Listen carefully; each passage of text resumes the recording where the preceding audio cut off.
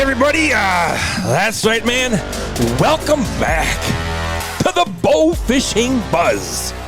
Episode 112. Right across from me, my great buddy, D-Schmidty. Yes, sir. Over here, Mathew. And, of course, the Bowfishing Buzz is brought to you by AMS and Megamouth Bowfishing. Both family-owned businesses, proudly made in the USA. Built tough, built by bowfishers, and trusted by shooters across the nation. From reels and bows to arrows and accessories, AMS and Megamouth have you covered.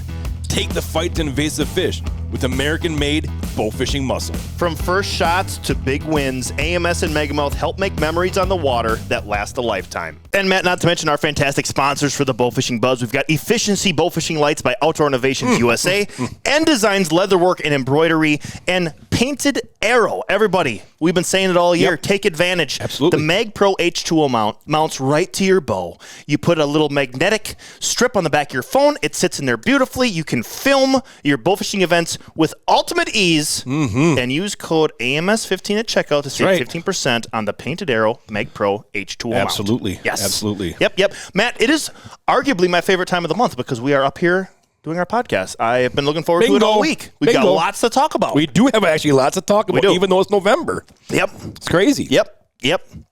First of all, Schmitty, today is Veterans Day. Absolutely. Yep. Big shout out to all the veterans out there who have served, because freedom is not free, Derek. No, absolutely not. Absolutely not. I was doing some scrolling today on Facebook, and I saw some local people in the area here that were showing their pictures when they were in the service, and a picture of them recently. Sure. Yep. That's really cool. Absolutely. That's so cool. That's so really cool. Yeah. And just, we're not trying to pump this for anything other than what it is. We appreciate our veterans, people who have served. We believe strongly in that, and just thank you so much. Right. And we do have at AMS and Megamouth, if you are a veteran out there currently serving, you had served, let us know. We have a veteran discount. It's the least we can do for you. Right. We would love to help get some bowfishing gear in your hands. So yes, happy Veterans Day to everybody out there. Along with that, Derek, there are a lot of people and organizations that do bowfishing tournaments and trips to help raise money or take veterans out. Yep. It's a great thing. So hats off to everybody that does these. You know, you see the salute to service and all that type of stuff. Great job to everybody that's out there that's helping them along. Yeah. And to show some appreciation for what they have done for us. Because, like I said, freedom ain't free. It's not free. No, absolutely not. No. Absolutely not. No. Well, moving on here, Matt, it's November 11th today. November is a month that lives fondly in many of our memories, many of our hearts. Heartbreaks too. Absolutely. Absolutely. We're both sitting up here in the booth. Neither of us are at home or in the woods, which is a good sign. Yeah. Why don't you just walk us through a little bit of a recap of your archery season over the last couple of days? We've been talking about bow hunting a little bit throughout the fall here, so we'll just keep that going a little bit, give a little recap. Sure. So I was on my rutcation. It started last October 27th, I believe. Yeah, I missed you. Wednesday and Thursday. You were gone forever. Schmitty, my first day of rutcation. Get out there in the dark, get to my stand. I am so excited. I am jacked up. Beautiful morning. You watch the woods come to life. It's just a beautiful thing. And at about, just before the time change, at about 6:30, I'm sitting there in my stand. I was like, oh my gosh. It was a tiny one. We're really going to get a bubble guts story? So I'm like, right off the bat? Gosh. I don't like that. Huge mistake on my part.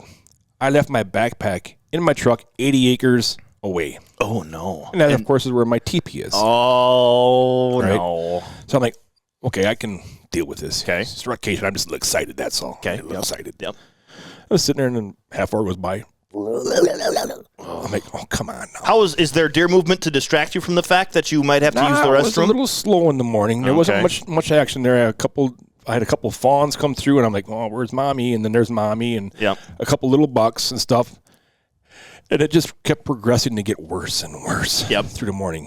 And I'm trying to stand up there and look around and pay attention, and I'm losing my concentration, and I'm starting to sweat a little bit. And I'm like, come on. You got to sit, you're on rutcation here. Were you planning an all-day sit for the day? No, I was not. Okay. Not yet. Okay. Depending on what I was seeing, and I wasn't seeing much as far as chasing or anything. I just saw deer on their natural movements, yet, and natural patterns. 10 o'clock, I was like, I got to get down. Oh, no. I got to get down. Yeah. I got to try to make it back to the truck. Yep. So I climbed down. I'm in my 20-foot ladder stand, and as soon as I got to the bottom, I couldn't walk. Oh, my God. I had to just stop and stand there and do what I called the old TP shuffle. The TP shuffle. I got to try to shuffle my way out of here. Oh, no. So I make it about down to the pond. I make it about 50 yards, and here comes, I'm just like, oh, this is not good. I'm holding for everything I got. Oh. Come on. Did you start to get like dizzy or lightheaded? Not yet. I make it to the trail, and I'm walking on the trail, and I had to get on the other side out of the pond, and I'm 40 acres away now. Okay, halfway there. And here it comes again. Just what did you eat? I can't remember. I don't know. And I'm like, now I'm getting lightheaded. My palms are sweaty. My back is sweaty. Terrible. I can't think straight. Oh. Because my eyeballs are going to pop out of my head. I'm like, okay, this is not good. I can't make it anymore. Did you? Oh, yeah. Oh, I grabbed the small little sapling there, and I just let her loose. Oh, my God.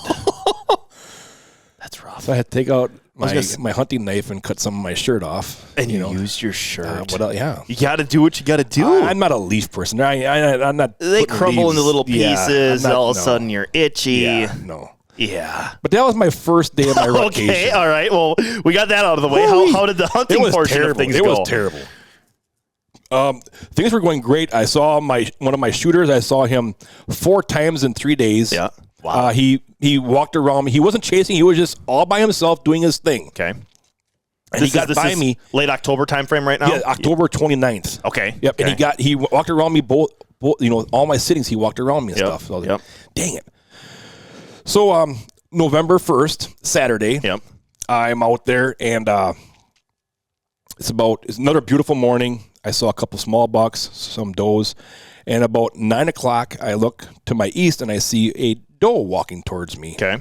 And she's looking all happy. Yep. She's flipping her tail, and she's walking at me. There's a couple of blowdowns to the north of me a little bit there, and she's walking into the blowdowns, coming right up to me, coming my way. Yep. I'm like, oh, doe.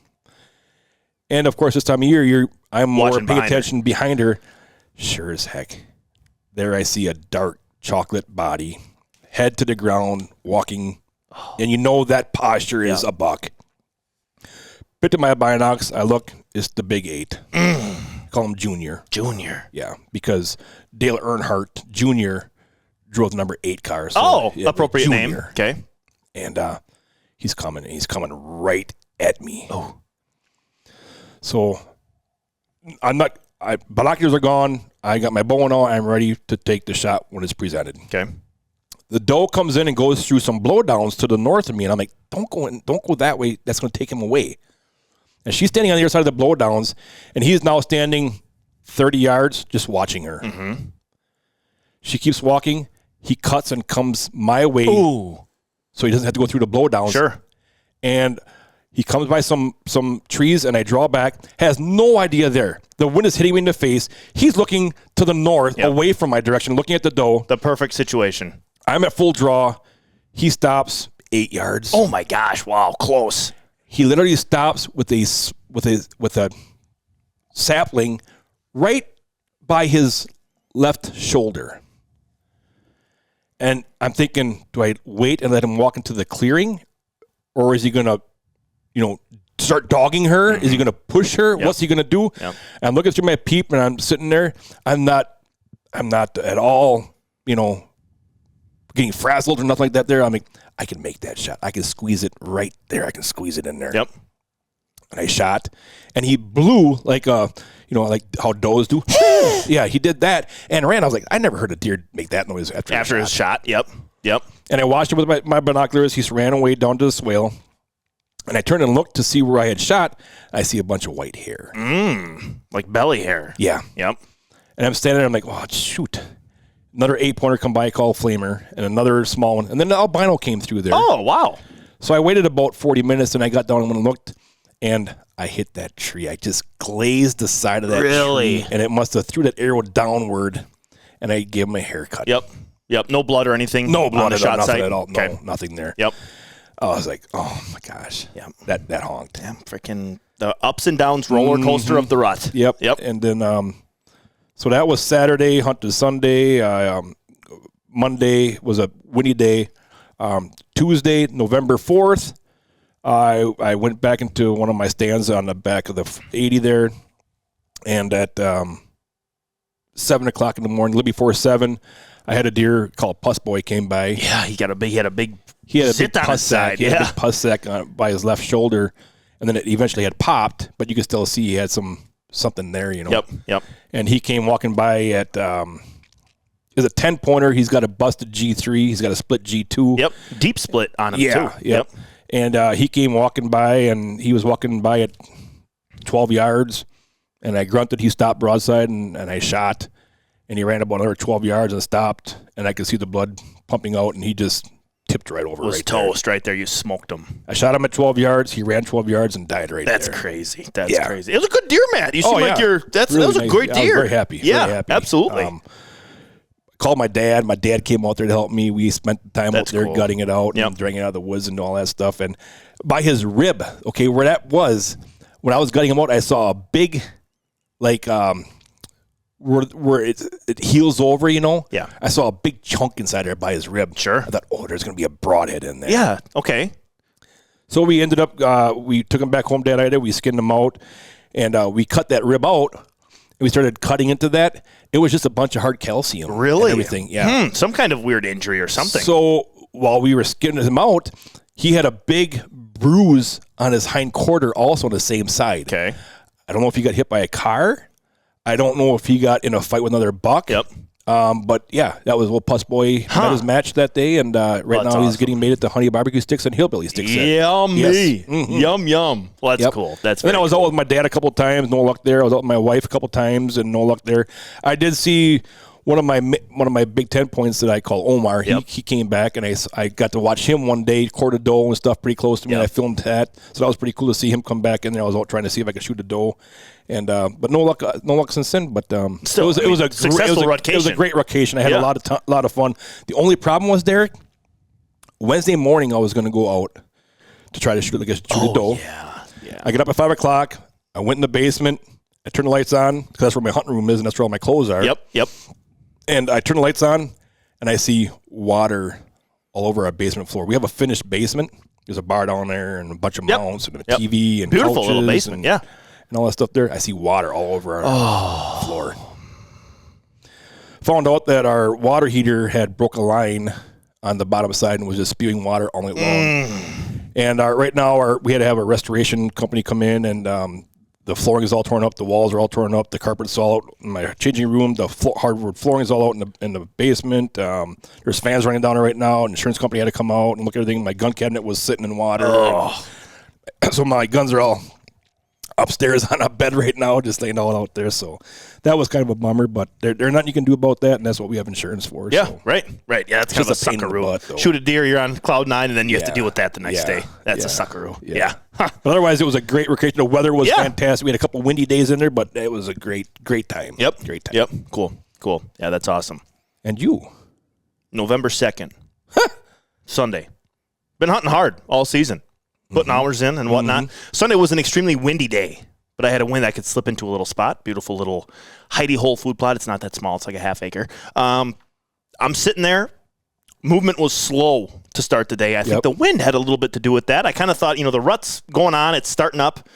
Bucks are cruising. I thought that maybe that wouldn't affect them as much, but it seemed like all that movement was late. I had a couple smaller bucks run through and cruising and whatnot early in the day, but probably, 10 minutes before it was hours. I'm sitting there, and there were two does 100 yards away from me out of the end of the plot. All right. And I always like when, and there was two mature does. No fawns with them, nothing. I'm like, okay, good deal. That's freaking as good as you can have it. And I'm sitting there, and they're starting to work a little bit closer to me. And now in my head, I'm thinking to myself, now I got to try to get out of here without these. I've got 10 minutes of legal left. I'm going to have to get out of here without trying to spook these does. That gets very difficult. So I'm sitting there, and I'm looking around, and I look up into the corner of the plot, and I see a very large bodied deer It was a buck. I put the binos up. It was prongs. Oh, my number one deer on the hit list. Okay. So he runs, he's 100 yards from me right now. Okay. So it's awesome. It's cool, but it's like, okay, he's 100 yards from me. Time's clicking here. Yep, time's clicking. And looking back on what I'm about to share, it being close to being ours was the absolute best thing for myself personally for that to have happen. Yep. So he comes out and he dogs those does. Nose to the ground. He's just pushing those does. So he pushes the does a little bit. I grunt at him. He turns and looks for a second, turns right back around, chases the does harder. The does run out of the plot the other direction from where I am. Away from you. Yep. So I'm like, oh, crap. And in my head, I'm like, okay, Derek, get aggressive. What do you have to lose? It's either going to happen or it's not. Right. He's not coming this way. Mm-hmm. He has no reason to come this way. So I grunted one more time, louder. He stopped, looked, and he starts going towards where the does ran off. Okay, the plot kind of drops down. There's a little bit of a ridge. Half of his body was out of the plot going down, and I thought he's leaving. He's gone. He's following these does. Yep. I stuck my head out the window and I gave him an old homemade, straight from my lips, D-Schmidty snort wheeze call. Can you? I would love reenact that snort wheeze because I have practiced this. 100%. Got to get your lips wet. Okay. So I stick my head off to the side, and I kind of do it behind me. I try to angle it behind me, just to make him think there's a deer behind me, whatever. And I go. Oh wow!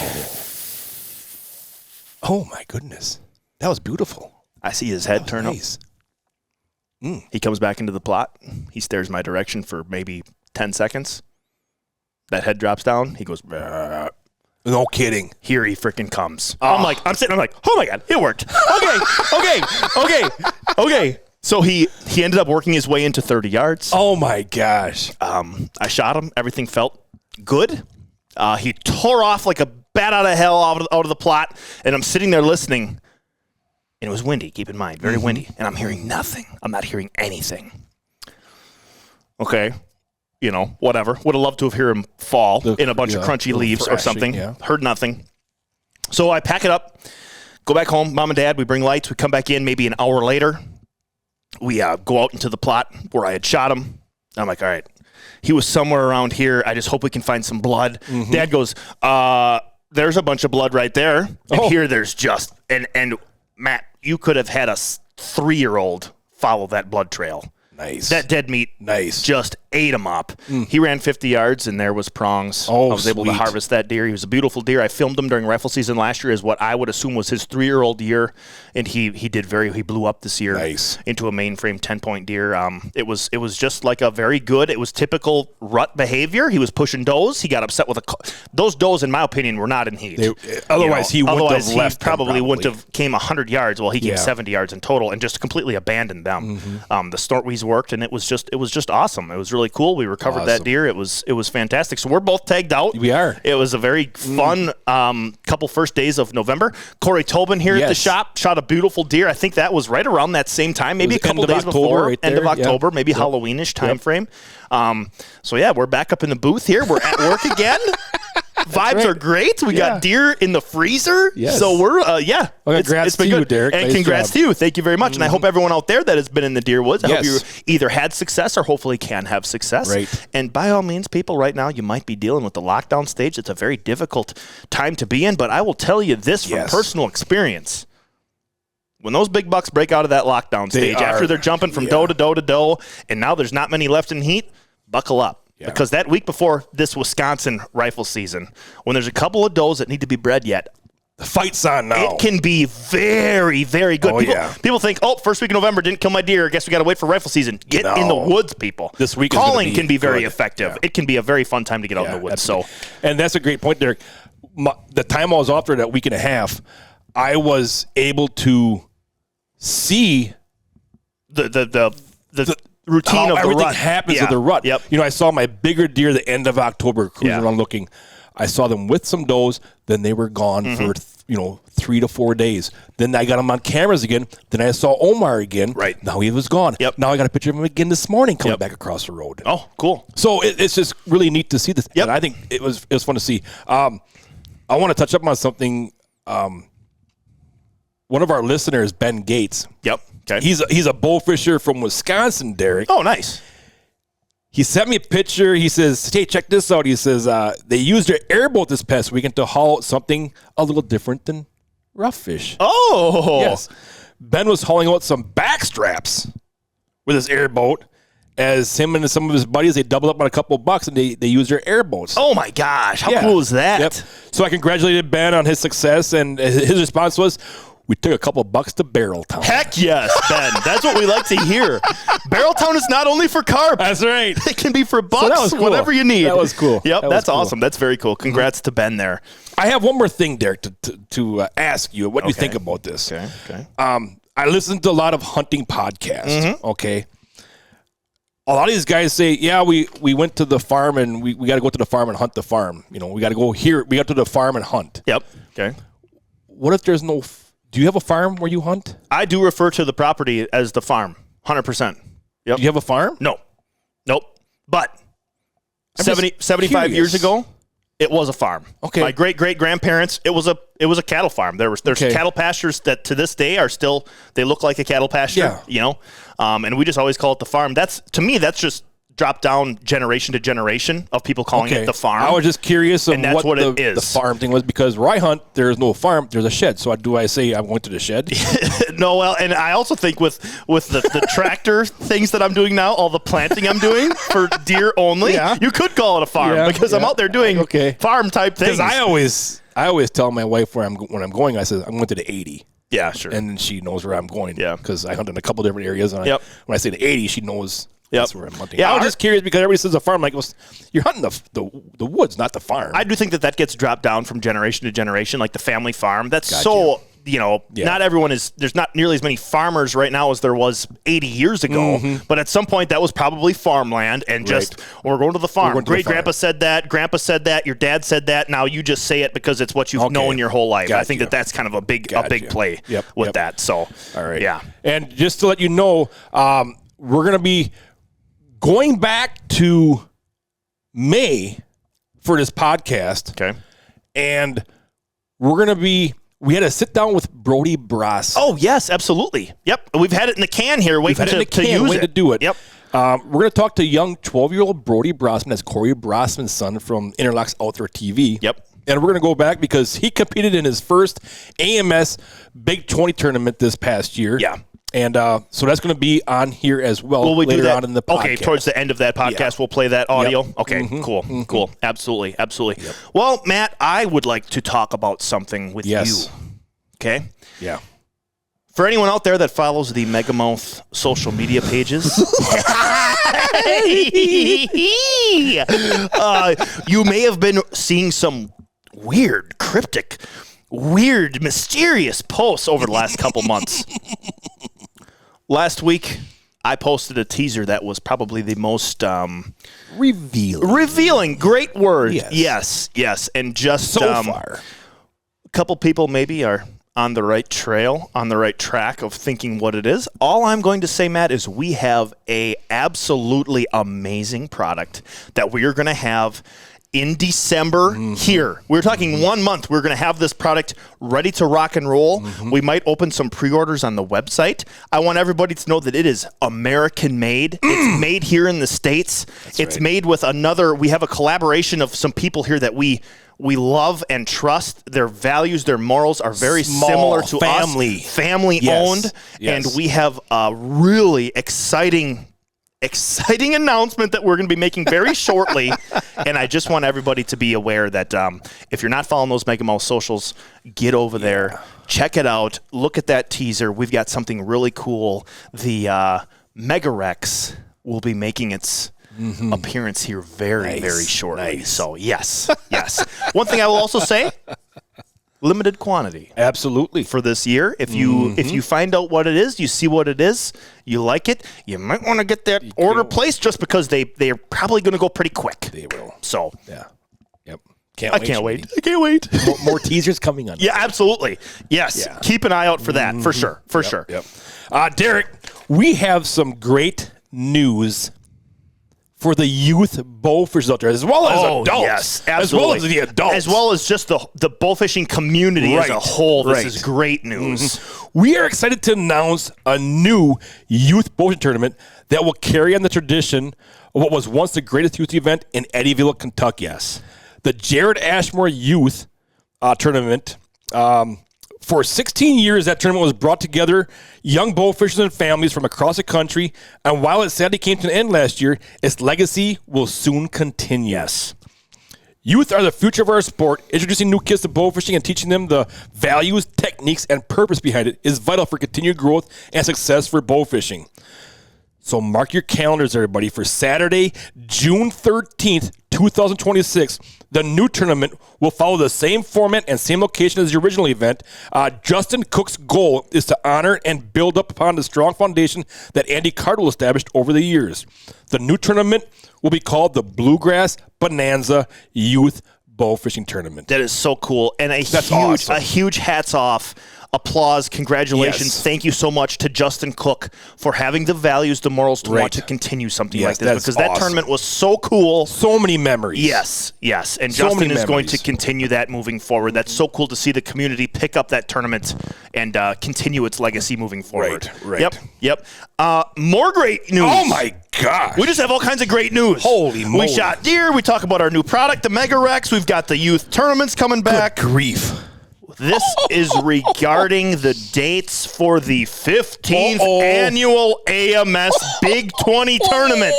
You're going to hear the dates right here, right now, folks. All right? Mark your calendars. The dates for the 15th Annual AMS Big 20 will be May 16th and 17th of 2026. Yes, baby. Get ready. We're going to be excited for it here.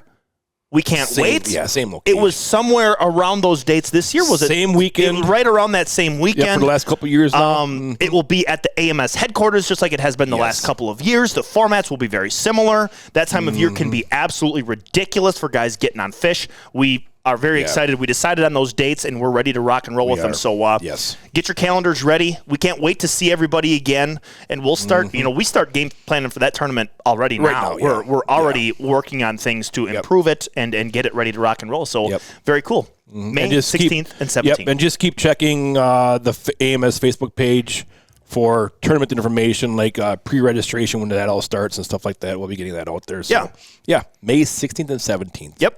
Can't wait. Good deal. Can't wait.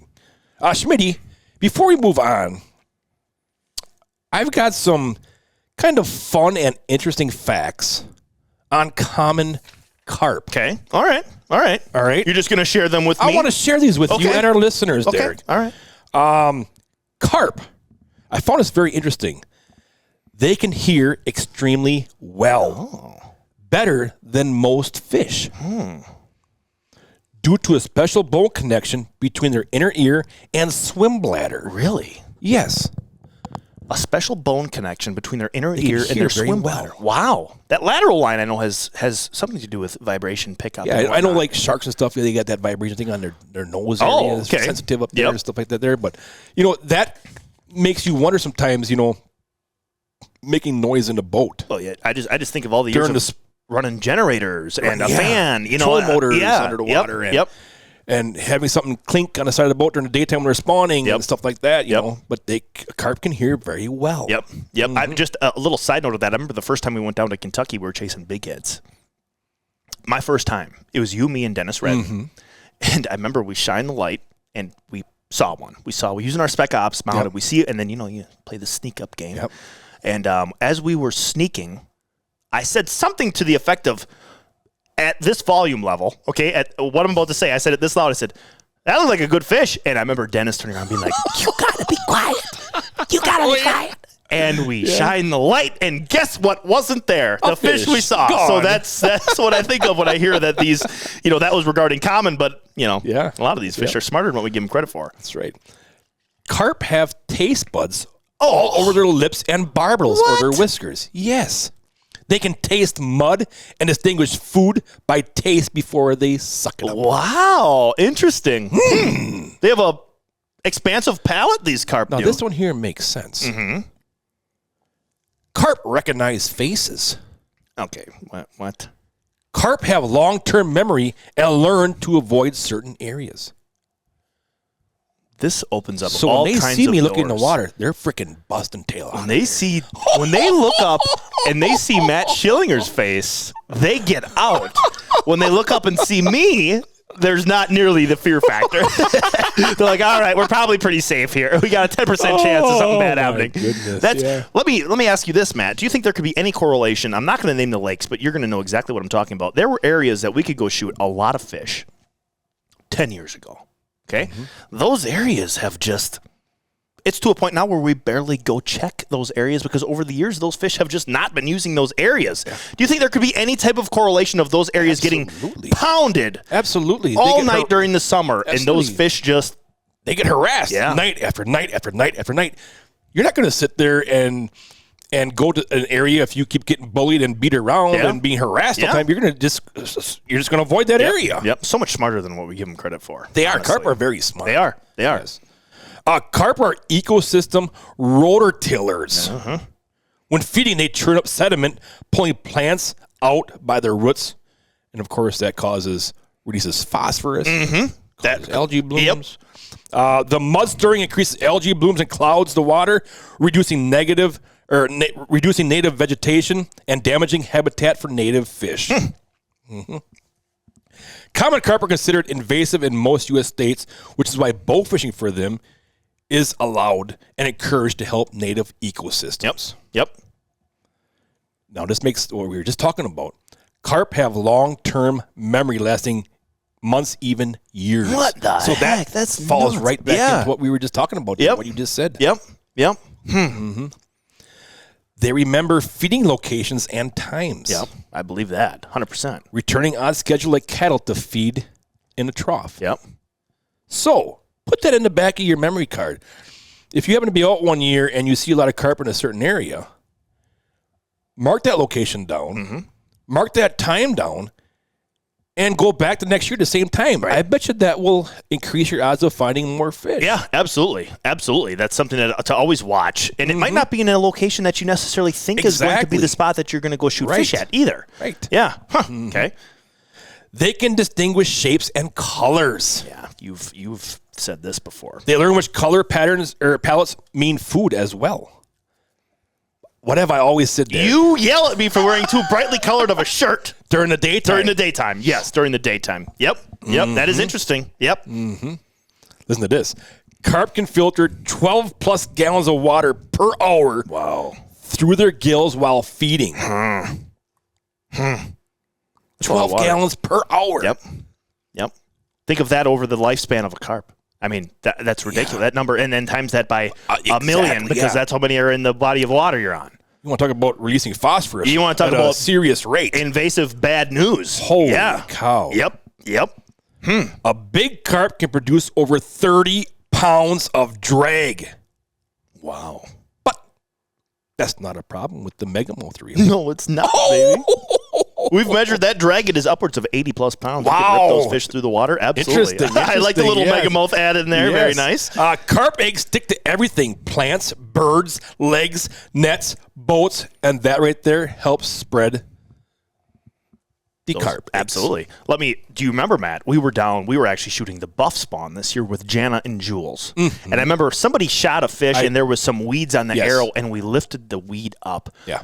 It was coated and it was like that everywhere we looked. Yeah. Not to mention when you get carp eggs on your legs, pants, shirt, if you do not wash that off immediately, your clothing is ruined. Yeah. The boat is so crispy then. You got to power wash it off. It's nasty. Yeah. It's got an adhesive in there. Yeah. Yep. Carp fry or the babies can double in size every few days under ideal conditions. Gosh, that's insane. Just imagine that in human terms.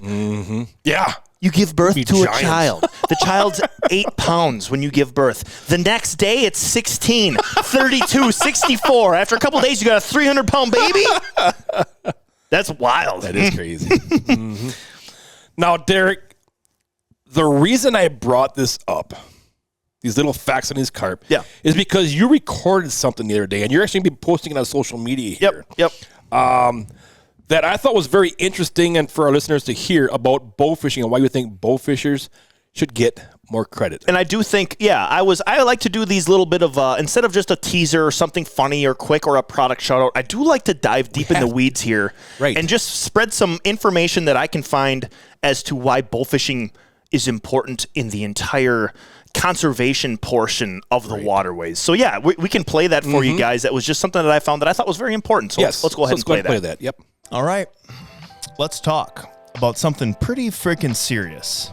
Now, I love bow fishing. You probably love bow fishing, but it is my opinion that the general public should love and appreciate bow fishing a little bit more than what they do. Now, bow fishing is different. It's action, it's precision, it's a rush. Every shot is skill, timing, and adrenaline. It's an experience that keeps your heart pumping and your senses alive. Don't get me wrong, I love catching fish on a rod and reel. I like going up north or up here in Wisconsin. We're always fishing. Bluegills in the wintertime, ice fishing, walleye fishing all the time. It's a blast, don't get me wrong. But bow fishing plays a huge role in the success and the future of rod and reel fishing. Bow fishing isn't just about fun, it's about balance. The fish we target, carp, big heads, grassies, silvers, they're invasive. They destroy spawning grounds, uproot vegetation, cloud up the water, and threaten the native game fish that people love to catch. Some of the information I will be sharing with you comes from very reputable sources, such as the U.S. Fish and Wildlife Service, Invasive Species Info Center, and the Clean Lakes Alliance. Now, we all know invasive carp grow fast, reproduce prolifically, and often have no natural predators in U.S. waterways. Carp specifically are bottom feeders. This leads to nutrient cycling and chemical balance shift, often favoring algae blooms or other harmful growths in the water. All invasives are destructive, but let's talk about the ultimate invasives. Asian carp, or silver carp. They occupy large stretches of the Mississippi River and connected systems. There's real concern about them invading the Great Lakes. This would shake up one of the most vital freshwater ecosystems in the world, and U.S. agencies spend tens of millions of dollars every year trying to control that spread. Now let's reference this WLWT5 news article chart. This focuses specifically on Kentucky, but you'll be able to see the insane growth of invasives in this small sample size. Now, I'm going to be reading off the pounds of Asian carp harvested by commercial netting and fishing operations. Okay? In 2013, commercial harvest, roughly 1 million pounds. 2014, 1.2 million. 2015, 1.2 million. Not a crazy growth, but buckle up for this. 2016, we jump to 2.2 million. 2017, 2 million. 2018, 2.6 million. Now, in 2019, we jump from 2.6 million in 2018 to 6.6 million pounds of commercially netted Asian carp. 2020, we jump up to 7.6. It's getting ridiculous. 2021, up to 9.5 million pounds of Asian carp. Now you can see this is getting ridiculous. It's getting bad. These fish are spreading prolifically. By removing these invasive species via bow fishing, we protect our lakes and rivers. We help bluegill, bass, crappies, walleyes, and countless other native fish survive and thrive. Every invasive fish you take out makes a difference. Now you might think to yourself, how are me and my buddies shooting fish a couple nights a week even making a dent in these invasive numbers? It's because you are not alone, my friend. Based on information and documents regarding the year of 2024, an estimated 4 million people bowfished during that calendar year. I share those numbers to share this number with you. It is estimated that in an average year, bowfishers remove roughly 180 million pounds of invasive species out of U.S. waterways. That's why I think the general public should appreciate bowfishing a little bit more than what they do. Bowfishing is more than its sport. At its core, it's conservation, it's stewardship. It's our responsibility to leave the water better than we found it and have one hell of a time while doing it. Let's shoot some fish, people. Very nice, Derek. Thank you. Very nice. Yeah. Very nice. And I think that is so true, Derek, that we as bowfishers do not get the credit that I think we deserve. So hats off to all of you bowfishers out there. 100%. Yeah, we're doing work that people don't realize. Right. One, we have a blast doing it. Don't get me wrong; it is one of the most fun things you can possibly do. Two, we're removing invasives from waterways. Yeah.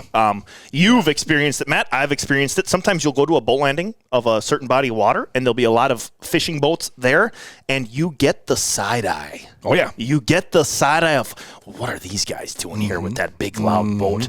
And I would love to genuinely have a conversation with these people. Yeah. And not everyone is like that, but we are doing nothing but helping your fishery. You're out here trying to catch walleyes, perch, whatever it might be. We're removing the fish that could completely wipe out that population, during a portion of time down the road. We love to rod and reel fish just like you do. We also love to shoot these invasive fish. So I always felt like that kind of information was not shared. We didn't know that type of thing. So I wanted to make a little and staggering on those numbers of silvers that the commercial netters are getting down there. Now that went from 1 million to when they first started up to over 7 million now. Well, the 3-year stretch in 2018 it was at 2.6 million. The final year of that study was in 2021, and we were at 9.5. Oh my gosh! So God knows what. So you had that crazy bell curve going up. God knows what it was in 22, 23, 24, 25. We don't know those numbers. Cow. Those could be up into the mid-teens or 20s. Unreal. It just gets ridiculous. And that is only silvers and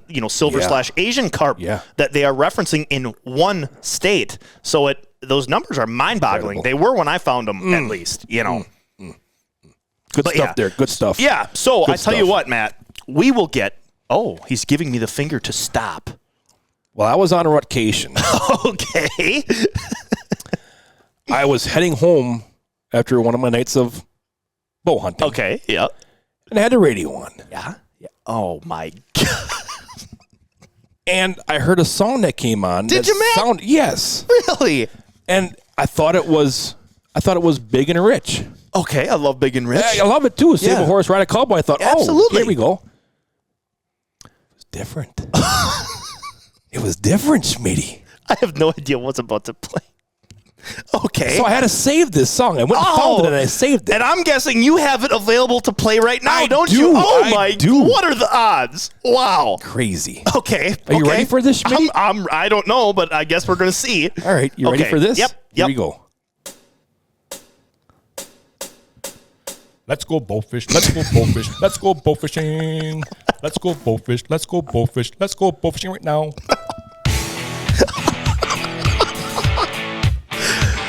Oh, it's a great song. I do love the song.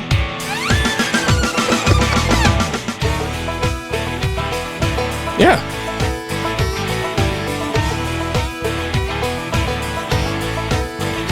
Well, I pull into the landing as the sun starts sunsetting, and it chills and it thrills like a chaos blowing through scales. And the deck is full of my boat fishing crew, cause a basic fish ain't got a clue. And this river ain't never gonna be the same, cause we jump in the boat and we ride into the darkness. We make a lot of noise cause the silvers are so slimy. I'm pad up and down the mighty Mississippi. And the girls say, save a walleye, thank a bowfisher. Everybody says, save a bass, thank the bowfisher. Well, I don't give a dang about commons. I'm shooting and string slinging while the girls are shooting. Long nose down, and I wouldn't trade my bow rake or my mega mouth for your bass fishing weight or your glitter fake. I'm the baddest bow fisher in this town, and I'm stringing up my bow, and we cruise out on the river. We make a lot of noise when the cops start to shiver. I'm pad up and down the mighty Mississippi. And the girls say, save a perch, thank a bowfisher. Everybody says, save a bluegill, thank a bowfisher. See, I thought it was Big and Rich. I was confused. I said too. That maybe it is. It's just a remix. I don't know. Wow. Oh my gosh. Is there another verse coming? Well, I'm a carp slinging threat, that's what she said in the back of my fan boat bed as I was shooting quillies on sand right here in the heartland. We were slinging line, feeling fine, filling the barrel with carp slime brine, and I was going just about as a fan could go. But her value evaluation of my bowfishing reputation. Had her grinning with admiration all night long. So I took her out to chase some buffs, showed her what real adrenaline does, and bragged and we monster I pulled from the river. And we filled the boat, and we draw back our bows, and we fan into the shallows. We light up the night, cause the caviar's so mellow. My fan making noise. I'm a bowfishing redneck with AMS toys, and the girls say, shoot the carp, bowfish baby. Everybody says, soak the deck, you got a little bit crazy. What? Ride all night with a carp all lazy. Everybody says, we filled the boat, it got a little bit crazy. Dude, that was... the lyrics were actually so good. That was so good. Oh, my gosh. Well done, Matthew. Well done. Oh, wow. Yeah, so I had to play that for everybody because I thought it was a kind of interesting song. I had no idea that this was going to get played today, and it works in so perfectly with my recording that we did. The facts that we had. Oh, my gosh. Save a perch, thank a bowfisher. Yep. That is... Yep. Wow. Mm-hmm. Okay. Okay. All right. Cool. Well, on that note, Absolutely. We're going to have Brody's interview coming up here next. Again, Yes. That was pre-recorded back in May. A really cool experience for him being able to shoot that AMS Big 20. We'll be right back after this short commercial break. Have you found yourself wishing you could relive your bowfishing experiences out in the water? Introducing the Mag Pro H2O by Painted Arrow, the world's first magnetic smartphone mount designed specifically for bowfishing. The H2O is a universal mount that attaches to the front of any bowfishing boat. The mount will work with any smartphone by placing the Painted Arrow phone plate on the back side of your phone case. The H2O design features an integrated rubber security strap to ensure your phone doesn't fall off the mount when in action. Filming your experiences on the water has never been easier. To pick up your H2O mount or to learn more, please visit paintedarrow.com and don't forget to relive the catch. Use code AMS15 for 15% off your next order. Efficiency Bowfishing Lights by Outdoor Innovations USA. A color tone adjustable and dimmable light with a unique patented reflector design that puts more light where you need it. Efficiency Bowfishing Lights offer 3 different models: the 65-watt single color economy light, the 65-watt Efficiency V2 tricolor dimmable light for maximum efficiency and versatility, and the 130-watt Efficiency Maximus, designed to be an all-out beast of a bowfishing light. Efficiency, designed and built by bowfishermen for bowfishermen. Check them out at OutdoorInnovationsUSA.com. Are you looking to elevate your bowfishing brand with stunning design solutions? Look no further than N Designs. Their team of talented designers is dedicated to bringing your vision to life. Whether it's t-shirts, hats, leather products, eye-catching logos, to captivating boat wraps, they have you covered. Plus, with their commitment to excellence and attention to detail, you can trust that your project is in good hands. Don't settle for ordinary. Choose N Designs for extraordinary results. Visit their website today and let's bring your ideas to life. N Designs, where creativity meets excellence. And welcome back to the Bowfishing Buzz. And now we're going to jump into Brody Brossman's interview from this past May.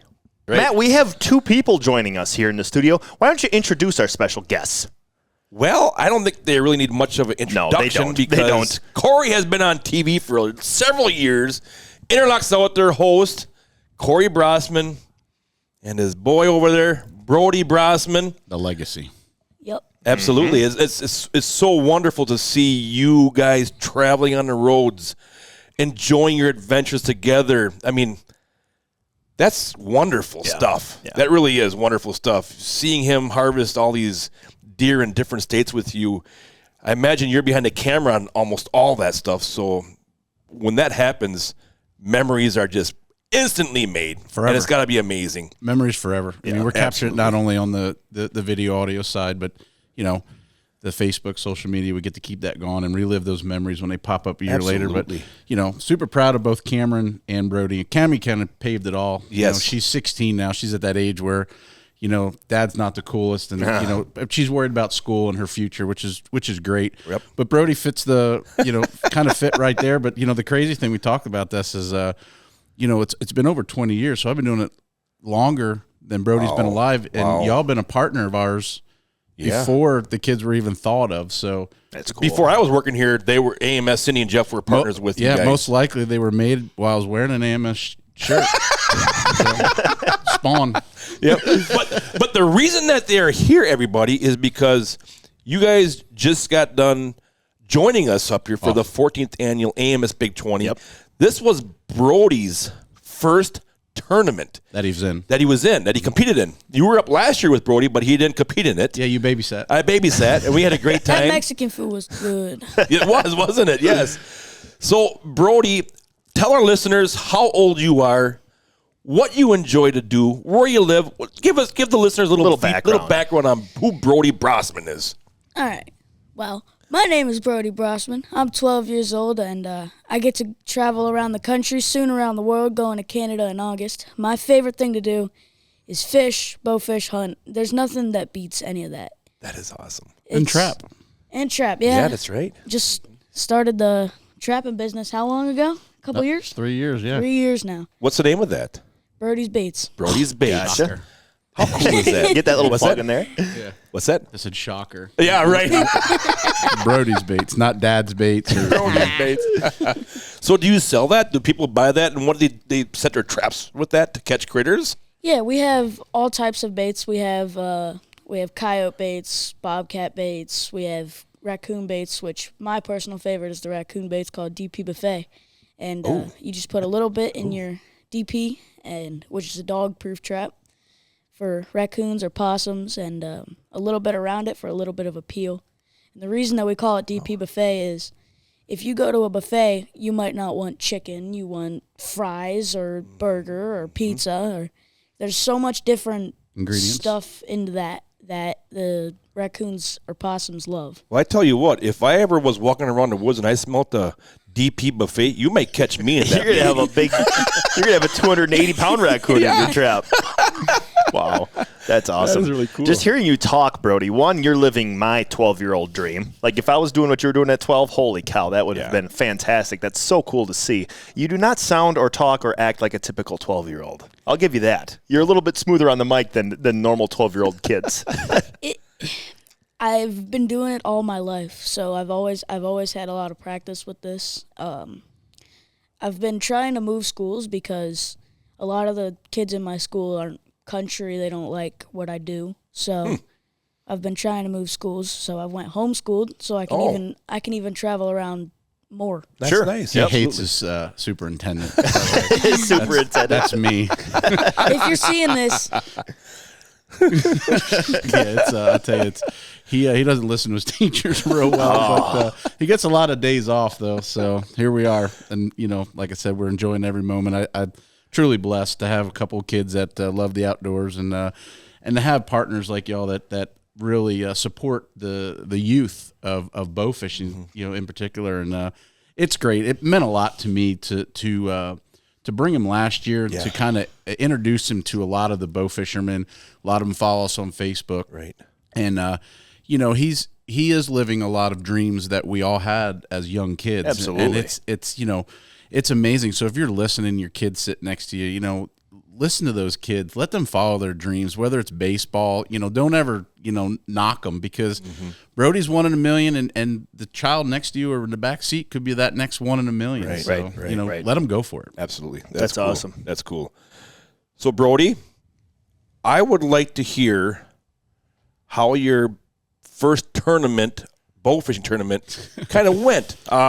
Take us back to, you guys got here Thursday night, I believe. Yeah, typically we would come in 5-6 days early, but when you're fishing with the Hall of Fame Jody Bukaki. Bukaki. Yeah. We can never say his name right. We just call him Jody, but Jody had been doing a lot of scouting and just kind of fun fishing, so he had a pretty good idea, where we might end up Saturday night.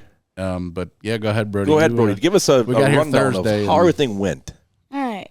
Well, we got here Thursday. It was pretty late in the day. It was really windy. I was gonna say we had some pretty good storms and wind. It was we drove through a really lot of windy. stuff. But I was texting Trace, which is the guy that we were on the boat with, and seeing if it was okay if he could bring the boat over and just for us to hop in for the night.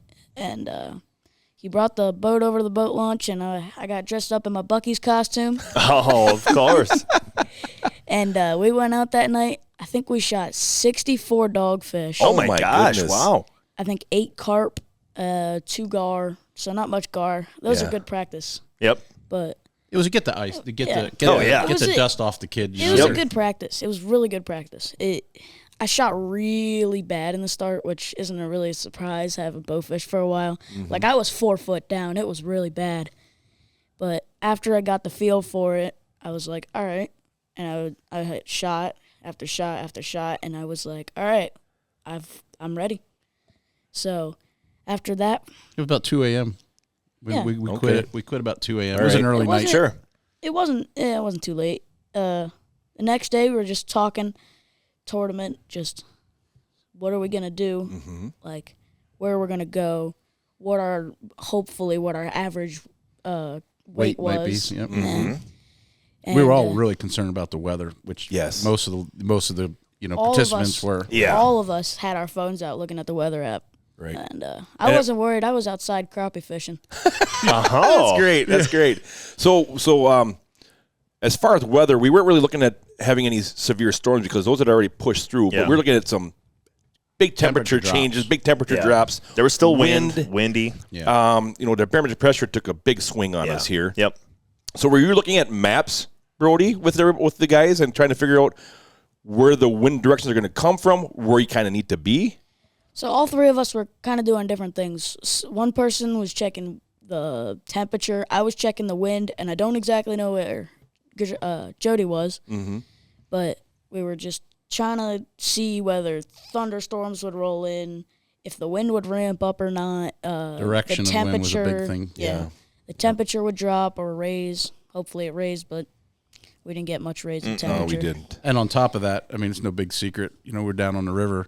We're concerned about, what was that guy going to do in the little building? Is he going to lower it on us again? Right. Which we've had in the past. So, but and we had Lee with us, and Lee's world champion number shooter, so he's a great shot, and he lives there too. So we had we had a really good game plan going into this.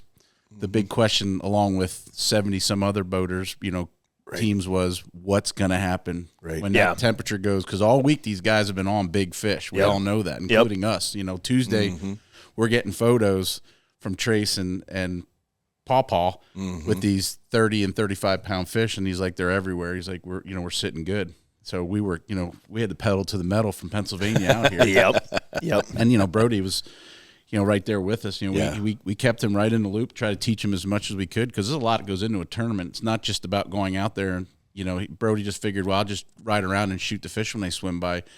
There's a lot of, specifically. There's a lot of movement. There's a lot of places you need to be at certain times. I was the cleanup guy from the start. I was right behind Lee, which there's not much to clean up when it comes to Lee. He shoots everything. He's a really good shot. That's cool. Yeah.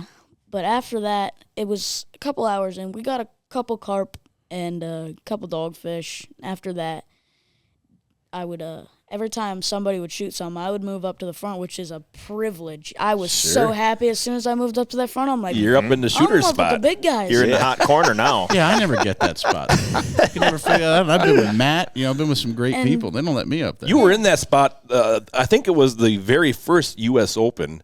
You were in that spot one night. I think we were scouting, or it might have been tournament night, and you ended up in the barrels in the pit, I think, didn't you? Yeah, and that'll be a theme of this probably never heard that podcast. story. Yeah, so is that when Al took a dump off the? Yeah. So that was Al that went in there? that was Al. Oh, Wait, took a okay. dump as in No, that's Fell, a whole he other fell. story. Okay, on the sofa. okay. but no, Al.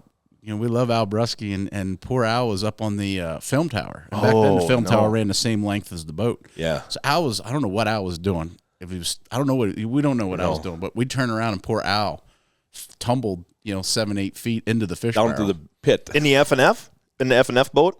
Yeah. Yeah. Oh, my gosh. Ouch. Yeah, it was bad. He's ha ha ha. It's a good old laugh. Yeah, I said, "You okay, buddy?" He's like, "Yeah, keep on trucking." So we did. Yeah, the only time I fell into a fish barrel, we were at Worlds with Jody, and this is going to move into the next story. So Jody and I were with Adam Taboyak and Dustin, another Brusky. South Dakota. In South Dakota. Yeah. And we're on fish. I mean, we're just having a ball, and we had Trace's new airboat.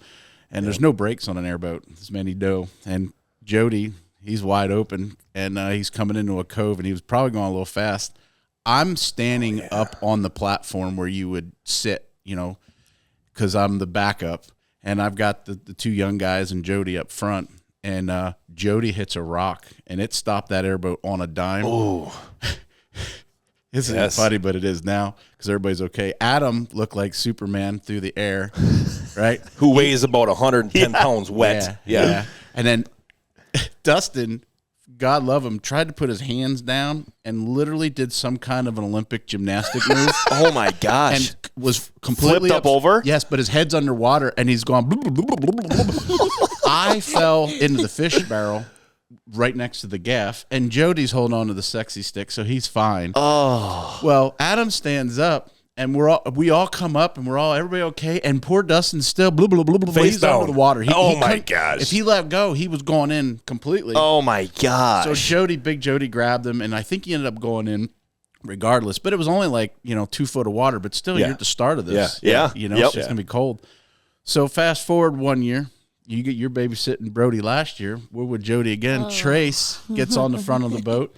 He ends up in the water during the tournament. No, now, Brody, you tell him. The story I've heard about Trace, Jody put him on a tree, and Trace kind of like. He had a fish on during the tournament, so he's trying. Fell off the tree. He's trying to get the fish out of the thing, and the airboat. It was so windy that night as well, so the airboat's kind of drifting. Well, he drifted onto the other end of the tree, which moved the tree, and Trace just lost it. We got the fish. Trace fell in. Oh my gosh! But now we fast forward to this tournament. This tournament. I've seen you fall in one time. I think I've seen you fall in once. Mm-hmm. And this, out of all, was something to see. Craziest thing to see. Lee's standing on the light bar. He's on the left side. Yep. Picture this on a blowboat. Yeah, and Jody goes up on the sand flat. Pretty dang fast, and it just stops. And he goes in, and he jumps right back on. I swear he walked on water. Oh, my gosh. We think Lee is Jesus. He might as well have turned that water into wine. Oh, my gosh. I'm not joking. He never got wet. Oh, my God. He hit, and he threw his bow back so it didn't go in the water. He hit that water. And before Jody could say, "Is everybody okay?" he was standing next to Jody with a big smile on his face. Wow. I was concerned about Brody. Brody was balled up at the thing. Brody kind of rolled like a marble. But yeah. So the theme of our tournaments the last few years and being with you, because you ended up in the water, is all the teammates ended up in the water all the time. But Jody literally threw Lee in. That's first, and as cold as it was, I was like, "We got to go back, get you socks." Boots. We make sure you're comfortable for the trip. I'm not wet. He goes, "I'm not wet." He never got wet. Wow. And it was probably 1.5 foot deep water. Wow. Good he Lord. Hit it and back in the So boat. what I'm guessing is happens is you run that sand flat. When he falls in, the water kind of, when you go that's in, exactly what the water happened. goes like this here. And he was so quick He parted the sea. Yeah, I'm right. telling you. Exactly. Lee is Jesus. Wow. He's like Moana. He just moved the water. Good Lord. Wow. Speaking of Moana, we even had the chicken on the boat. Oh my gosh. We won't talk about positioning the chicken, but we had Moana's that. chicken Yep. on the boat Yep. too. So you always got to have that mascot That's every right. year. That's one of our routines. So. Yep. But yeah, it was a good start to our bowfishing night. Wow. Watching Moana, I guess, is better than Jesus. Wow. Wow. So let's step back a little bit here, Brody. Tournament day. You guys show up a little early because you had some door prizes and stuff you had to give me and stuff. So you show up a little early. And now you're sitting here and you're watching all these boats come through registration. You're seeing all these teams starting to gather. It's getting closer to takeoff. How you feeling? How you feeling before that big takeoff time? Are you nervous? Are you excited? I was excited. Good. You spent a lot of time at the boats, didn't you? Yeah. Yeah. I can't say I was nervous. Okay. I don't normally get too nervous when it comes to like tournaments for anything. I mean, I've done cornhole tournaments and I've already been in a lot of those, I guess. So Sure. that's probably why I wasn't. So It's hard to rattle him. It is. Yeah. It is. Yep. but it definitely hit me. I'm like, holy crap. There's 70-something boats. Of the elite. Yep. Yeah. I walked down and I'm looking at the boats and I'm like, okay, this guy owns a $90,000 boat, but he showed up in a 18-foot John boat.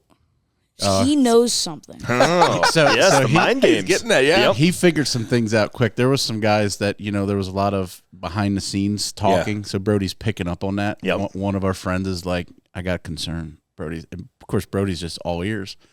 He said, that gentleman there owns a $90,000 boat. He showed up in like a rowboat. So he knows something. Yep. He's not going to be blowing around somewhere. He knows something. Yep. So right away, the head games has been passed on to this 12-year-old. So Yep. Well, also, there was a whole bunch of people in the building being like, where are you guys going? Did you guys find any fish? I'm like, I don't know. Where are we going? I don't know. they were grilling Brody. They were interviewing me. I'm like, Thinking you'd let the slip a tongue a little no, bit. Yeah. I don't do that. Yeah. Yeah, Jody was, like I said, we kind of, I prepped Brody a little bit on the way here. My mouth runs a little bit, but there's a lot of things that you had shown me, last couple years and stuff like that. And, that just kind of stays with us. Mm-hmm. So I kind of told Brody, like, these guys, I'm telling you, you're vulnerable. So be real careful. So Brody was prepped, ready to go. And if he said, you guys going south, he's like, I don't know, he knew He where knew what we to were say. going. Yeah, that's cool. Yeah. That's cool. Jody showed me the spot, and he showed me the backup spot and the backup spot. Okay. So I knew everything. That's cool. And I'm like, I know this from last year, because people even asked me where my dad was going last year. I'm like, what? First of all, they never showed me anything last year. I didn't need to know anything because I wasn't going You weren't away. doing nothing, right? They just kept asking me, where are you going? I don't know. He learned that from hunting, too. Yeah. Because back in the day, he told me so many stories. Like, he went on a hill, shot a turkey, and nobody knew exactly where he was.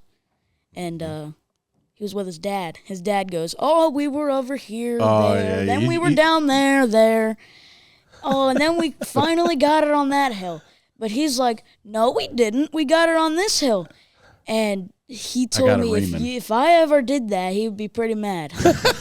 Yeah, there's a lot of head games goes on at these tournaments. Oh, yeah, 100%. Which I think is what's fun about That's it. the fun part. Oh, yeah, of everything. absolutely. Brody, I got two questions for you. First one here. You're getting ready to rock and roll, shoot your first tournament. It's a big tournament. It's one of the biggest ones in the United States.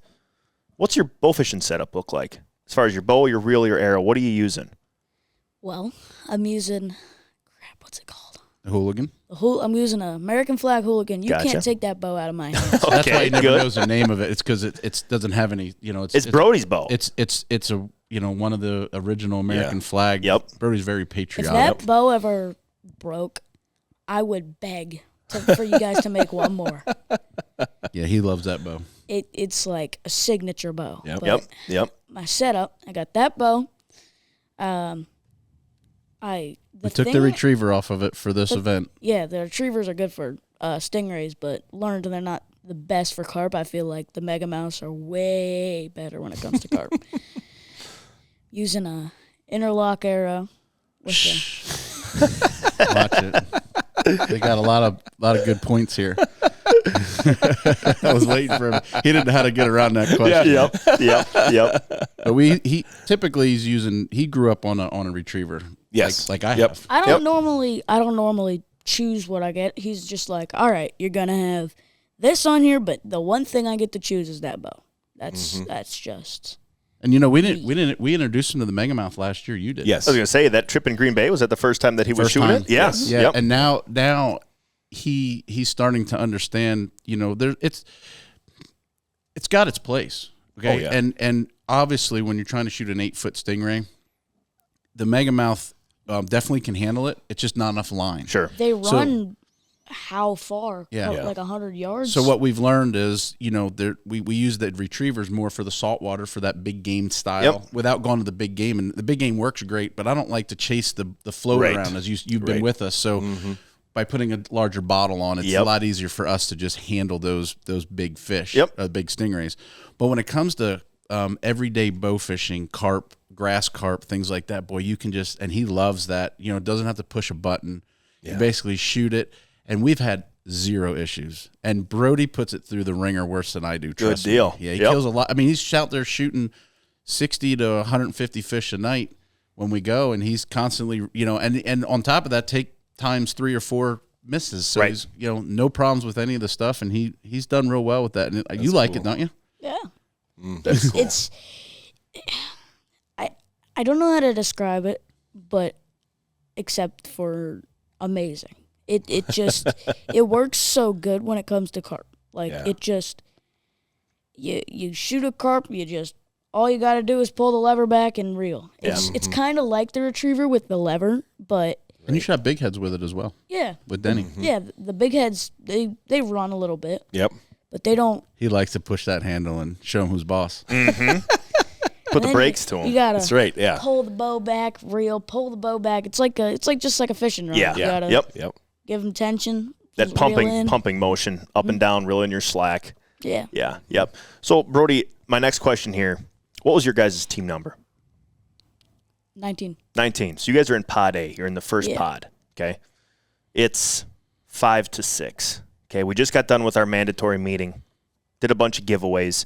Everyone's going to the boats. It's go time right now. It's ready to rock and roll. I'm running up and down with the wheeler. There's a police escort. We're waiting to release 70-something boats all at once to go compete in one of the world's biggest bowfishing tournaments. What's running through your head? Holy crap. He sat there like a little kid. I am a little kid. I know, but I mean, he literally was. He brought the fun back. Yeah. I mean, we all take these tournaments so serious. Yeah.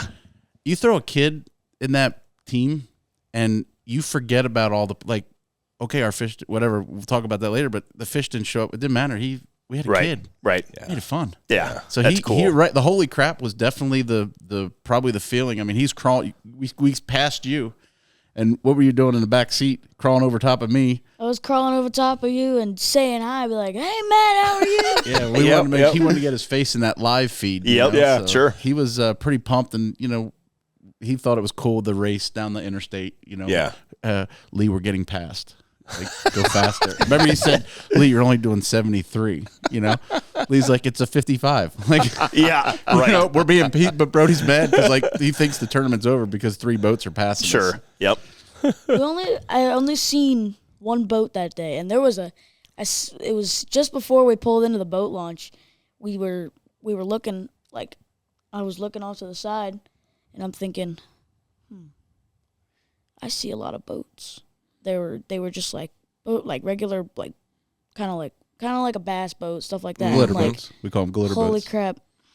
I'm thinking about fishing now.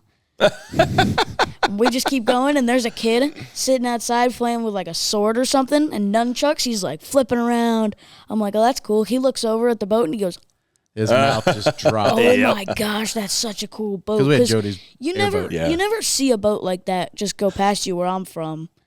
But I mean, you live next to a boat launch. I'm sure you see a lot of cool looking boats. Yeah. But we pulled into the boat launch, and I'm like, hey, look over there. And there was a airboat.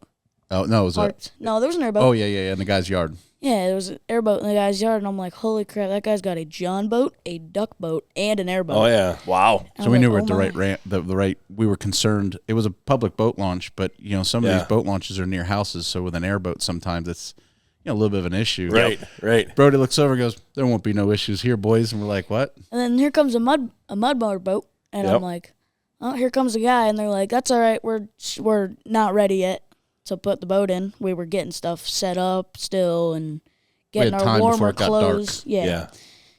That guy was so fast. He got his boat hooked up to the dock, sprinted up to his truck, backed it in, got it on there, and drove out. Totally respectful because he knew we were in a tournament. Didn't Oh, hold us wow. up. That's cool. He did that all in 5 minutes. Was he shooting in the tournament? No. That guy was just an everyday. And he was Jody I said think we he was were a bass fisherman. I think he was a bass fisherman just on his boat looking around. Yeah, that's cool. Just a mud motor. So it was really cool that he had shown the respect. Yeah. So the night started off really good. Yep. Cool. Good. Cool. And then we put Lee in the water. Yeah, right. Parted the But sea. he didn't get too wet then. No. I never really thought about the way you described it, how the airboats dispersed that water. That's why you never got soaked. Yeah, they pushed that. Yep. I don't think there's an amount of fish I've seen at night while bow fishing. Not like carp or dogfish. Mm-hmm. The amount of bluegills and bass. Oh, yeah. It hits me like, oh my gosh, I wish I was catching that thing. Yeah. Oh, here comes a carp. Boom. It happens so fast. You're looking down thinking, that is a big bass. And you guys have a lot of northern pike here. Yeah. So you're constantly, the first night there was a lot of, Brody. You were just making sure, because he's young, want him to identify his target. So it really helped him going out there on Thursday and seeing those things and letting them swim off. So we're really proud of him. He did really, really good in the tournament. Like, I bet he shot 85%. Oh, wow. Yeah, he'll tell you that because he's pretty proud of this. I got demoted. I went up to the front. Oh, wow. You're in the shooter's deck. Yep. Shooter's spot there. I was there for 4 hours. Oh, wow. Yeah. Wow. He didn't get 3 strikes. Wow. So 3 strikes. I said, here's the deal, dude. Three misses, you're off the deck. Yep. I said, if I missed a dogfish, that's just a ball. yeah. A whole system in place. Oh yeah, I said the carp. So he did. He shot over his head. Oh, that's great, The night of Brody. tournament. I think the little bit of pressure that you put on, really he knew he had to show up. Yep. And having 2 really great bow fishermen on the boat along with Dad really helped. Sure. I mean, those guys were just great coaches for Brody and myself, and it was a night that I personally as a father will never forget. I mean, I know people are listening like just a bow fishing tournament. It's more than that to me. Right. And I said it in the remarks when we were out there. Especially this area, the bow fishermen, it's a family. A lot of these they call them like cults or you get this. It's a family. Yeah. And that, to have Brody now in that family, because I live and die by bow fishing my life, and that's why we've made this partnership. It's my longest lasting partnership besides Interlock. And when you look down to it, Interlock and AMS in a weird way with the fish points are competitors, but yet we've made it work for 20 some years. Right. Yep. And to me, that's everything. And have Brody step up into that role, and be part of that, be part of this whole family as a father and as a competitor and stuff. As if I was a competitor, I'd be scared of this kid for the future. And along with a lot of other kids that I see on social media that are bow fishing. There's some, I've got some competition in the BAA. You do? Yeah, you do. Yeah. so it's real, and it's healthy competition for him. yeah. So it's not, so I'm excited to see where the future of the sport's going to go, having young men and young ladies that are out there bow fishing. Not only Brody, but there's so many of them. So yeah, so the tournament was definitely, we were off to a great start, especially seeing Lee. That's still cool. Funny. I don't even I don't think he was in that water for more than a second. He lit it, I was standing right behind him. I was were kind of rolled up behind him. I was like, that stance when you're about to hit something, you grab onto the lights and you put your legs out, spread. Yep. And you just grab on there and you think, all right, I hope I don't fall. Mm-hmm. Next thing you know, a guy right in front of you goes right over and right back. He looked like a boomerang. When you chuck a boomerang in, it comes right back. Wow. That's exactly what he was. That's a good visual. Yes, it is. Yeah. Yep. So let me ask you this, Brody. You were up for several hours. You didn't take a nap during the day, none of that stuff. Mm-mm. You were here enjoying the atmosphere. Mm-hmm.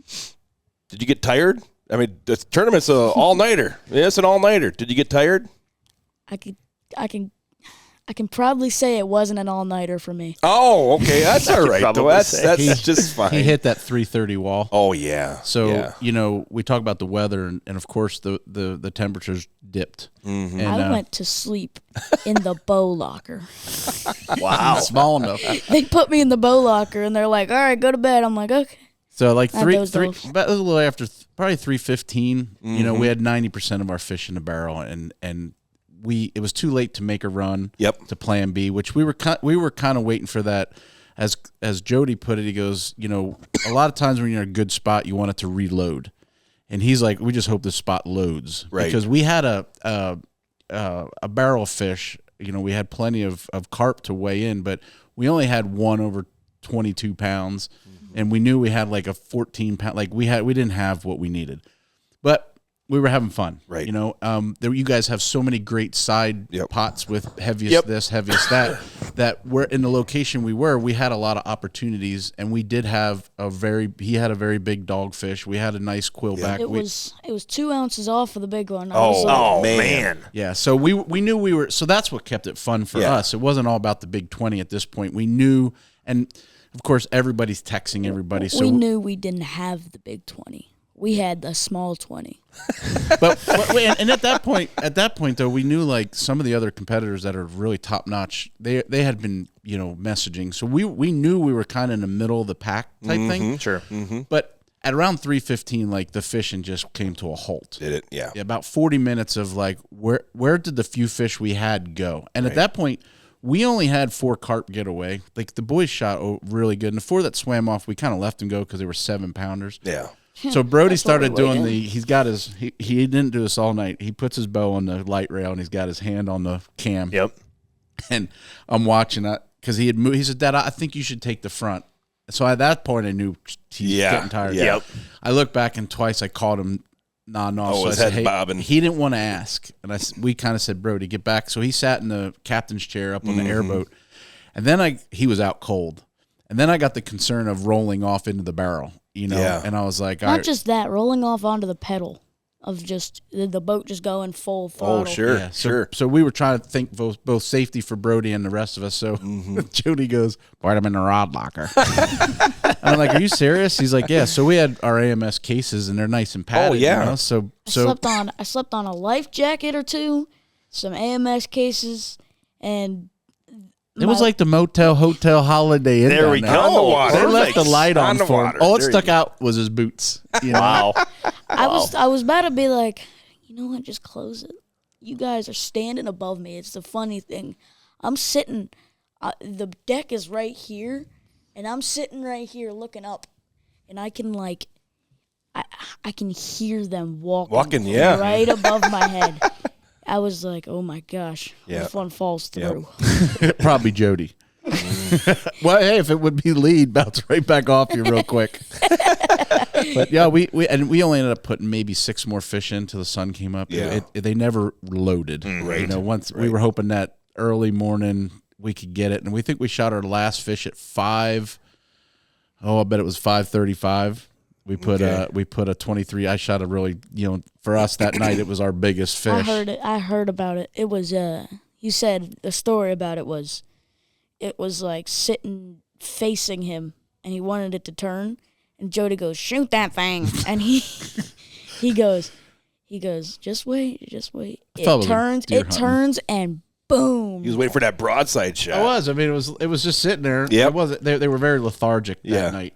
Cold probably. Right. And he was just staring at us, and it was the biggest fish of the night. So it looks like a 50-pounder. Yeah. So Jody's getting excited. I'm standing like I need it to turn broadside, and he looks at me like, "Are you deer hunting?" I'm like, "Look, it's just sitting there. I want to get it." When you're shooting, this is what we thought about on Thursday night. When you're shooting dogfish, only dogfish the whole entire time, a 7-pound carp looks 30. Looks big, doesn't And it? it just hits you like, oh my gosh, I got to shoot that carp. It looks like a freaking state record. It's all in comparison of what you're used to seeing. It's nothing. It's nothing like if there were no dogfish and the dogfish were swapped for carp. Right. If the dogfish were swapped for carp, I think we would have We'd been in the close money. to the money. Yeah. Yeah. Mm-hmm. Yeah. But yeah, tournament went real well, and Brody held his own till a little after That's 3. great. And he slept all the way back to the weigh-in, and then Jody said, "Well, now it's my turn to sleep, so you got to go through the fish." So we went through the daunting task of going through a bunch of 7-pounders to find that 7-8. Yep. But I think my favorite part of the tournament, I don't know about Brody, but was coming back and watching I use Maverick as an example, and some of the guys that I'm very familiar with, going from boat to boat to kind of, what you got in there? What you got in there? One thing that hit me, and I'm like, oh my gosh, we're screwed, was the dumpster. There were 30-something. There were 30-something pounders in those dumpsters. Oh my goodness. There were fish in there that were 3 times the weight of what we're trying to weigh in. So at this point, he no dummy. He's like, so you're telling me the fish we don't need go in here? Yeah. And he goes, why is there fish bigger than ours in here? Yeah. Then he realizes, that's people that got bigger fish than that. Right. So that's what he's talking about. So I was like, yeah. And it's seeing everybody bob their heads in everybody's boats. Well, here's what was funny. So typically when we weigh in, we're here 40 minutes early. We made it in with like 8 minutes to spare. So we're the third of last boat in, and we're right behind the winners. Well, they're next to us. Wow. So Brody's not worrying about our fish. His jaw's on the ground staring at the people thought that we were going to be like, oh no, Jody's like one of the last ones in. They must have some big fish. They thought they had him under the tonneau cover, and we're just playing. Oh, sure. They're going around going, boy, Jody's got a bag. Jody's got a bag. And we had a couple 20-pounders sitting on the deck, but, I mean, the rest are, I mean, we didn't have anything to brag about. Right. And so they literally thought Jody was playing the game. So that's going around. Like, Brody's like, Dad, I think they think we're going to win this thing. So, like, even the team next to us is like, that's all, we're like, yeah, that's all we got. So now we're playing it. The people in front of us were like, they were, as soon as they got to the thing, they heard that it was the winners. They had 564, something like that. The winners? Yeah. 574? 576 if that's right. Something like that. Yeah. And they were right next to us going through fish. Yeah, and they had towels over their big fish too. Yeah. We couldn't see them. They heard it. We did too. They were tissues. They heard they heard that they had the most weight, and they're like, yeah. Me and Jody. I was like, no. And Jody's like, well, we got to yell something. And he's screaming, yeah! We had to get in on the action. But, so, but it was funny because we were the third of the last boat, so everybody was kind of like, oh, my gosh, what has Jody got? Right. Yeah. Because Jody, he's very well respected around here and should be. He's a great bow fisherman, great guy. And but we didn't have anything to compete with. But, our 250-some pounds, we were daggone proud of it. 257. Yep. So I gave Brody his little sheet. I'll frame it up as his first tournament. Sure. And I told him, I said, when you do these tournaments, no matter what you do in life, always try to get better. So next year you set a goal of maybe it's 300, maybe it's 400. I know we all want to win. Right. Okay, we all want to win, but Jimmy Johnson. I've already got a team for next year. I hope. I've Oh, heard. my goodness. Oh, he's going around. Dad's off the team. Oh, my goodness. He's probably going to be like the guy with the efficiency lights, probably Maverick. I don't know who he's getting. Make a superstar. The Peasley boys. I know. He'll be with the I Peasleys. know who. I already know who. I'm going to spoil the team a bit. Got me, Dad. Oh, thanks. I hope Jody, because he can't stop on 14. Right. 15's a great number. Then we'll stop bugging him to actually do these. Maverick. Oh. The Wisco Wild Man. He wants and I know Maverick's listening to this. Oh. Maverick, you got a fan. He's got his hair growing out like you and everything. Wow. Like he's a mini Maverick. So the seed's planted, Mav.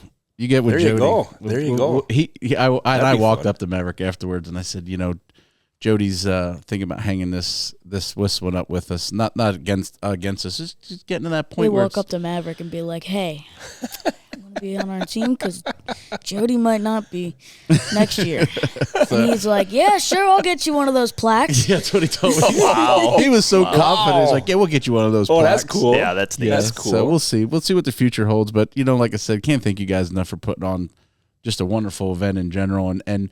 This is a different kind of result to me. Is look what you're doing to the future of bowfishing. Yeah, so it's pretty cool. What do we always say, Matt? The most important generation is the next generation. Yeah, you're 100% right. I got something too. I want to just mention here. You said, Corey, you were hoping that spot was going to reload with fish that night. Mm-hmm. I had to make some phone calls this morning. I happened to talk to the best friend of the guy who won the other bowfishing tournament that was going on this past weekend, the U.S. Open. Oh, okay. Garrett Yates was the name of the guy who I believe that was his name who won the U.S. Open. They weighed in 18 big grassies and 2 gar. They shot their last 7 grassies in the last hour that they were shooting their fish. Wow. Yeah, so there's a prime example of exactly what you were talking about. They reloaded, and all of a sudden, here we go. Yeah, we're back in the game now. He wins the U.S. Open. One of the biggest tips I think we can give listeners, and like I said, you don't look at me as a tournament fisherman because, I don't live in an area that's got a lot of fish, so I have to rely on the team where I can shoot. I'd put my shooting up against most, and I understand fish and fish habits specifically because I'm on the water every single day. Granted, it's salt water, but it's water's water and fish are fish. Yep. one of the things I think that a lot of people miss, specifically on tournaments, is the reload. Is that you're going to get a big bunch of fish right before sunrise move in, whether it's the feed, whether it's the stage up, whatever it is. And a lot of people will give up at that 3:30 mark. They give up. Me. Like me. Yeah. You're getting tired. And you look at the Lance Brantleys of the world, Team AMS, they are grinding. Oh, God, yeah. They are grinding. Matt, you taught me that a long time ago. And it's funny, when I told him a couple stories, you and I fished a lot of tournaments back before AMS was really as big as what it is, me, you, and Timmy Boy. Mm-hmm. And we've given up a few times at some of them. Oh, sure. At some of them, when we had it won. Yeah. Come in and dispatch some fish that we shouldn't have, and turn out we would have won the tournament.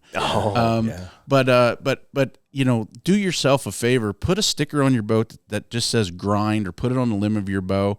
For me, it was my son was with us.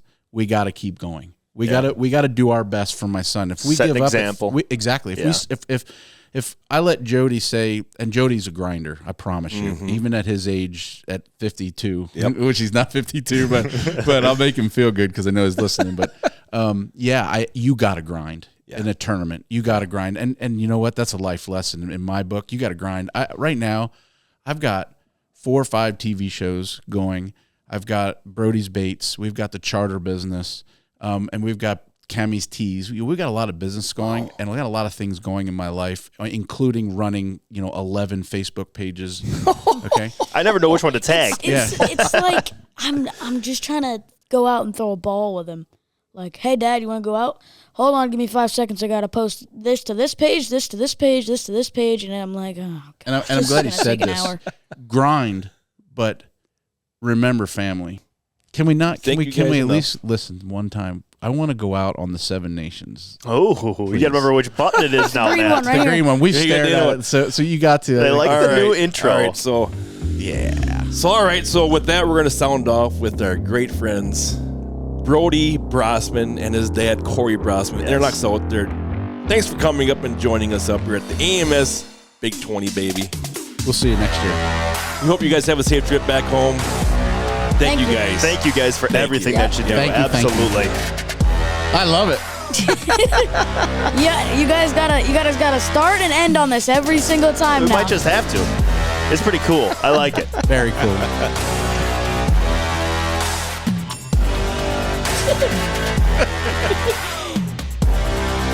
Oh, fist bumping now, I guess. I love you. So cool to hear Brody's recollection of the AMS Big 20 this past year. I'm not gonna lie to you, rehearing that gets me excited. Yeah. I wish it was May right now. I wish we were out shooting fish, going on trips, getting ready for the tournament. That's very cool to hear from Brody. The most important generation, people, we say it all the time, is the next one. Keep the future of that sport strong and growing. And I see him and Corey are traveling right now on some whitetail hunts together. There lots of laughs in the tree stand, lots of great memories that they're making again, this fall. So it's just awesome to see those two having a good time together like that there and making tons of memories. Yeah, the outdoors are a great place to make memories with the family. Take the family, get them exposed to it. It's very cool, very cool.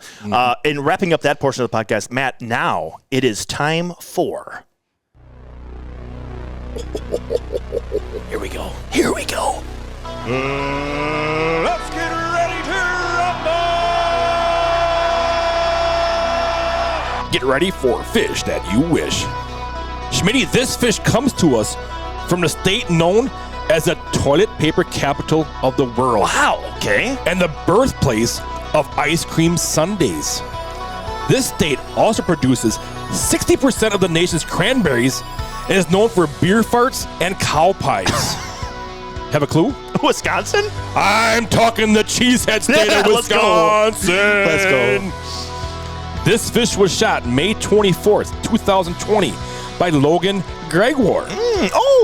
This tank of a common yanked the scales at a hefty 38.10 pounds, making it the BAA Youth Wisconsin record. And that's a fish you wish you shot. Logan, Pete's son? Pete's son. Okay, cool. Yep. And, of course, that fell in because of the youth tournament that's coming back on. Yep. Having Brody on, we figured it would be a great time to put out there a youth BAA record. I'm a little scared at how organized we are in this podcast, Matt. Everything is blending together so nicely. Goodness. What's going on here? Oh, cool. Yeah, awesome. Yeah. Mm-hmm. But we hope you enjoyed this episode here of the Bowfishing Buzz. We'll see you in December, probably here, Schmitty, huh? Mm-hmm. Because we going back to our one a month here. But yeah, it was kind of a fun episode here, Derek, and I'm glad we brought up some of these facts again about carp and your little speech there about why bowfishers should get a little more credit. Absolutely. Yep. And guys, I'm just gonna say one more thing. There's going to be a new apex predator in bowfishing. Oh, that's all right. Get ready for it. They'll be available for Christmas orders. We are insanely excited. Yes. Yep. So from all of us here at AMS Bowfishing, Megamouth Bowfishing, we hope you have a wonderful Thanksgiving. Yes, absolutely. If you still are out there sticking fish, remember, the waters are cooling off quite a bit. Yep. You should always be wearing your PFD. Absolutely. Especially this time of year. Hypothermia can kick in seconds. You know, you can get cold really fast. You lose feeling in your fingers, your legs, to help you stay afloat. Yep. Put those PDFs on, all right, Schmitty? PFDs, PDFs. We don't need people downloading Adobe documents. PDFs. We want you to have fun taking fish to Barrel Town. Yes, absolutely. Mm-hmm. Hey, Schmitty, how about I want to go bowfish. I want to go bowfish. I'm going to shoot carp down, take them down to Barrel Town. I want to go bowfish. Keep checking AMS Bowfishing, Megamouth Bowfishing social media pages. And once again, AMS Bowfishing Buddies Podcast is brought to you by End Designs, Leatherwork and Embroidery, Efficiency Bowfishing Lights by Outdoor Innovations USA, and Painted Arrow are fantastic sponsors for the Bowfishing Buzz. Wonderful. Oh, we're going to be coming with some hit or miss videos too on the AMS Facebook page. Yep. Chance to win some awesome prizes. Yep. So from all of us here at AMS Bowfishing and Megamouth Bowfishing, remember, aim low, think big. Thanks for listening, guys.